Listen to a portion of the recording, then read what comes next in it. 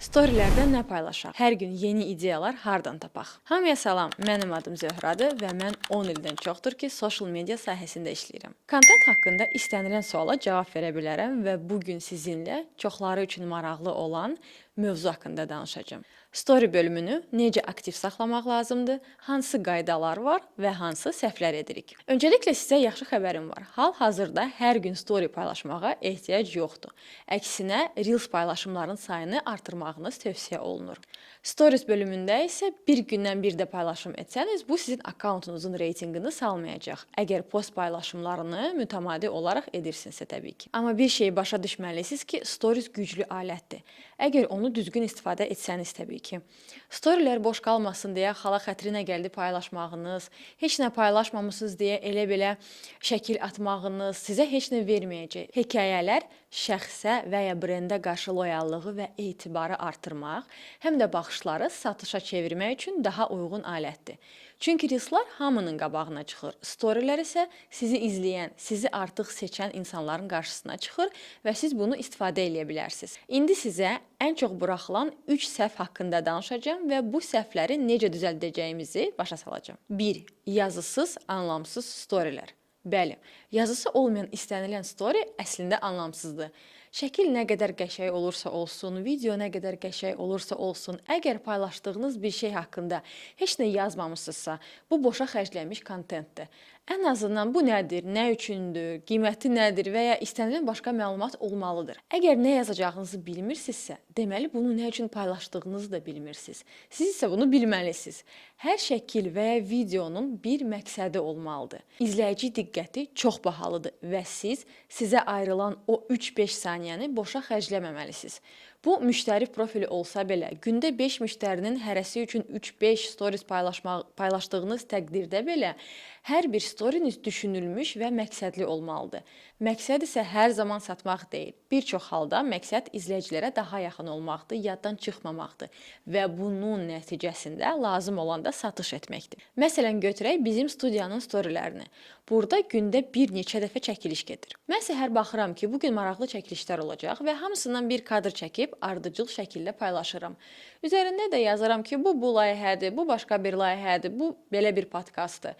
Buna baxan izləyicilər də görür ki, 1. Burada çoxlu müştərilər var. Deməli, kimlərsə bu studiyanı artıq seçib, yəqin yaxşı yerdir. Və 2. İzləyicilər görür ki, sən demə nə qədər insan maraqlı podkastlar çəkir. Bəlkə mənim də podkast ideyam insanlara maraqlı olar, bəlkə mən də başlayım, öz sahəm haqqında nələrsə çəkim, insanlara özümü tanıdım və s. Amma biz bu storylərin üstündə yazı yazmasaydıq, insanlar başa düşməyəcəkdi. Bu nədir? Bu kimdir? Bunlar nə edirlər? Təbii ki, heç kəs bunu anlamaq üçün özünü yormayacaq və başa düşmədiyi storyini təbii ki, scroll eləyəcək, çevirəcək və başqa storylərə keçəcək. Ona görə istənilən story üzərində mütləq yazı olmalıdır.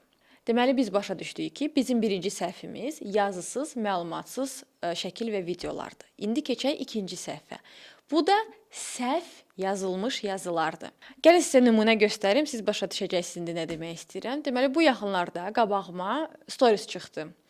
Bir məkandır və həmin gün sadəcə bir stories paylaşmışdılar. O da bir stəkan çay şəklidir, üstündə də yazı var. Rahat atmosfer və gözəl ab-hava. Birincisi, atmosfer və ab-hava eyni şeydir. Bunun nəyini sadalayırıq biz? İkinci, nə demək istəyirik bu yazı ilə? Rahat atmosfer nədir? Məsələn, mənim rəfiqəm üçün müasir dizaynda ağ divarlı coffee shopun atmosferi rahatdır. Mənim üçün isə daha tünd və koloritli yerlər rahatdır. İndi belə çıxır ki, ikimizdən biri bu məkana gəlsə narahat olacaq. Yəni ki, yazılar daha konkret olmalıdır. Ondansa yazın ki, məsələn, çay paylaşmısınız da, yaza bilərsiniz ki, statistikaya görə orta statistik Azərbaycanlı işdən sonra 10 stəkan çay içir. Bunu oxuyan çayxorlar, hansılar ki, söhbət zamanı nə qədər çay içdiyinin fərqinə belə varmır, bunu oxuyub təəccüblənəcəklər. O storyaya cavab atacaqlar və yaxud reaksiya atacaqlar və ya skrin eləyəcəklər və yaxud birbaşa dostlarına göndərəcəklər. Və beləliklə sizin baxış sayınız artacaq bir tərəfdən. Digər tərəfdən də siz bu izləyicilər üçün daha cana yaxın bir yerə çevriləcəksiniz. Ona görə məsələ ancaq yazı yazmaq deyil. Düzgün, konkret və insanları əlavə düşünməyə məcbur eləməyəcək yazı yazmaqdır. Bu bizim ikinci səhvimiz idi. Başa düşdük ki, biz konkret yazı yazmalıyıq. Və üçüncü səhv, çoxlarının buraxdığı səhvdir. Storylər bir-birindən əlaqəsizdir. Nəinki Storytel heç bir əlaqə olmur bəzi məkanların paylaşdığı storylərdə. Sırf məkan yox, mağazalarda olur, müxtəlif korporativ şirkətlər ola bilər, hansılar ki, bir-biri ilə əlaqəsiz şeylər belə paylaşırlar storyaya. Elə bil ki, nə gəldi atım, nə olur olsun, liş bu storylər boş qalmasın da. Yəni belə eləmək əslində düzgün deyil. Yaxşı nəticə almaq istəyirsinizsə, əgər istəyirsinizsə ki, sizin xərclədiyiniz vaxt və enerji sizə boşa getməsin və sizə necəsə geri qayıtsın bir faydalı bir şəkildə, təbii ki, storylərin əlaqəli olmasına fikir vermək lazımdır. Gəlin indi mən sizə başa salım, Storytel nədir? Storytelling bir hekayənin danışılmasıdır, ardıcıl şəkildə. Hər hansısa bir mövzunu götürürsüz və hekayə şəklində onu açıqlayırsınız. Bir neçə storydə davamlı. Məsələn, siz kafe ilə işləyirsiniz və orada yeni qış içkiləri menyuya əlavə olunur. Çoxları həmin içkilərin şəklini çəkəcək, haray həşirlə fotosessiya eləyəcək, sonra da elə belə bir karusel postunda bütün şəkilləri paylaşacaq, altında da yeni mövsümi içkilərimizi dadmağa tələsin kimi bir şey yazacaq. O yazını da bəlkə heç kəs oxumayacaq, çünki adi şəkillər nə qədər qəşəng olur olsun, məlumatsız və ya emosiyasız heç nə izləyiciləri cəlb eləmir. Və onun altındakı yazını da təbii ki, insanlar oxumayacaqlar və ötürüb keçəcəklər. Amma siz bu yeni içkilər mövzusunu storytelling vasitəsilə, yəni hekayə formasında bir neçə günə belə uzada bilərsiniz və bununla satışları da artıra bilərsiniz hətta. Sizi izləyən, amma məkana gəlməyən, məsələn, qonaqlar varsa, hansılar ki, səhifəni izləyir, amma hələ gəlməyiblər. Siz onları da cəlb edə bilərsiniz ki, onlar da gəlib sizin müştərinizə çevrilsin. Sadəcə olaraq bunu hekayəyə dönüşdürməyiniz lazımdır. Məsələn, birinci storiesdə barista ilə video çəkə bilərsiniz ki, o da desin, bugün sizə çox dadlı yenilikləri göstərəcəm və ya daha uzaqdan gələ bilər, intriqa qata bilər, deyə bilər ki, aranızda şokolad sevənlər nə qədərdir. Siz də səs vermə qoya bilərsiniz storynin üstünə və insanlar səs verəcəklər və onun davamında ikinci storydə deyə bilərsiniz ki, bunu elə belə soruşmadıq sizdən tutaq ki, çünki yeni çox dadlı şokoladlı içkilərimiz var. Tezliklə satışda olacaq. Sonra da məsələn həmin şokoladlı içkilərin hazırlanmasını göstərə bilərsiniz və yaza bilərsiniz ki, tərkibində bol şokolad var, vanil var, nə bilim çiyələk var və nəsə var da. Sonra fikirləşirsiniz ki, bu məsələn içki çox şirindir. Bu kimin xoşuna gələcək? Təbii ki, çox şirin sevənlərin xoşuna gələcək və bu içkinin hazır şəklini paylaşıb yaza bilərsiniz ki, şirin sevənlər bunu çox bəyənəcək və yaxud şokolad və çiyələk qarışımını sevənlər bunu çox bəyənəcək və doğrudan da bu içkini bəyənə biləcək insanlar buna fikir verəcək və ola bilər bəlkə də ilk dəfə sizin idarə etdiyiniz məkanın özünə gələcək. Axırda da təbii ki, yazmaq lazımdır ki, bu nə vaxt satışa çıxacaq və yaxud sabah səhərdən satışdadır, 8:00-dan sizi gözləyirik, ünvanımız buradır, rezerv eləmək üçün məsələn bu nömrəyə zəng eləyin və s. Burada axırda mütləq nəsə bir çağırış vermək lazımdır.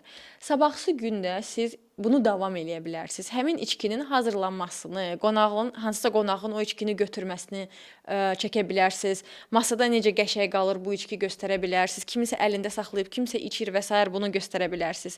Və bunun ardından mən sizə hətta onu da deyim ki, insanlar başlayacaqlar həmin içki ilə story paylaşmağa. Siz onları da repost eləyəcəksiniz və bu bir sosial sübutdur. Sosial sübut isə Instagramda çox vacib məsələlərdən biridir. Çünki insanlar başqa insanların elədiyini eləməyə daha çox üstünlük verirlər, nəinki nədəsə birinci olmağa. Ümumiyyətlə istənilən mövzunu siz əslində storytellingə çevirə bilərsiniz. Sadəcə nə çatdırmaq istədiyinizi bilməlisiniz. Həmin fikri yazırsınız, bir neçə hissəyə bölürsünüz və bu bölünmüş hissələrə uyğun kadrlar çəkirsiniz. Şəkil də ola bilər, video da ola bilər və sonra bunları bir-bir paylaşırsınız. Gəlin sizə bir dənə başqa nümunə verim. Belə asan bir sahədən olmasın. Tutaq ki, sizin müştəriniz kafel metlaq satan bir yerdir. Götürürsünüz dəbdə olan və ya keyfiyyəti ilə fərqlənən hansısa kerama qraniti, onun şəklini paylaşırsınız və hansısa üstünlüyünü seçirsiniz. Tutaq ki, bu kerama qranitin üstünə fincan düşəndə sınmır. Paylaşırıq həmin keramogranitin şəklini və yazırıq. Bu Amur Blanco keramogranitidir və onun üstünə fincan düşsə belə sınmayacaq. Biz burada diqqəti cəlb elədik. Onun ardından video məsələn paylaşa bilərik. Doğrudan da üstünə bu fincanı atıb göstərə bilərik ki, doğrudan da bu belədir. Və yaxud başqa bir üstünlükdürsə onu göstərə bilərik. Hər nə haqqında danışırıqsa. Bu daha da insanları inandıracaq və daha çox maraq doğuracaq ki, bu nədir? Bəlkə mən də bunu alım, bəlkə bu mənə lazımdır doğrudan. Mən xəbərsiz idim, amma indi xəbərim oldu. Bəlkə mən də bundan alım. Onu göstərirsiniz. Sonra həmin keramogranitdən olan dizayn şəkilləri tapırsınız, onları paylaşırsınız və yazırsınız ki, divarda belə görsənir, matdır, ləkə saxlamır və s. və s. başlayırsınız onu üstünlüklərini sadalamağa. Axırda da yazırsınız ki, qiyməti bu qədərdir. Sifariş üçün məsələn linkdən keçin, bu nömrəyə zəng eləyin və yaxud hansısa bir ünvana gəlin, ünvanı qeyd edirsiniz. Bu üsulla siz istənilən mövzuda, istənilən sahədə, istənilən məhsul və ya xidmət haqqında hekayələr paylaşa bilərsiniz. Və məhz belə hekayələr həm aktivliyə təsir edir, reaksiyaların, mesajların sayını artırır, həm də satışa çox təsir eləyir. Amma satışa təsir etməsi üçün sonda hər zaman call to action olmalıdır. Yəni hərəkətə çağırış. Bu storylərə baxan izləyicilər indi nə etsin? Zəng eləsin, sayta keçsin, rezerv eləsin, ünvana gəlsin və yaxud nəsə bir reaksiya bildirsin. Siz bunları qeyd eləməlisiniz ki, İnsanlar bunu eləsin. Çünki siz bunu qeyd eləmədikcə insanlar heç nə eləməyəcək. Sadəcə baxdılar, keçəcəklər. Biraz psixologiya hal-hazırda social mediada insanların davranışları belə işləyir deyənə biz mütləq storylərin sonunda da, reelsların sonunda da çalışmalıyıq ki, hər zaman call to action, hərəkətə çağırış verək. Belə. Bu hal-hazırda Azərbaycan üzrə ən çox buraxılan səhvlər və düzlər idi. Əgər bu məlumat sizə faydalı oldusa, sizdən geri dönüşlər gözləyəcəm. Suallarınızı və rəylərinizi oxumaq mənə çox maraqlıdır. Çalışdım qısa olaraq əsas məqamlara toxunum. Instagram, kontent və marketinqlə bağlı mövzuları daha dərin formatda mən öz kurslarımda verirəm. Və siz də aşağıda qeyd olunan Instagram vasitəsilə yazıla bilərsiniz, əgər sizə də maraqlıdırsa. Hər kəsə diqqətiniz üçün təşəkkür edirəm. Növbəti videolarda görüşənədək. Bu arada növbəti video sual-cavab videosu olacaq. Onu da tezliklə paylaşacağam. Hələlik.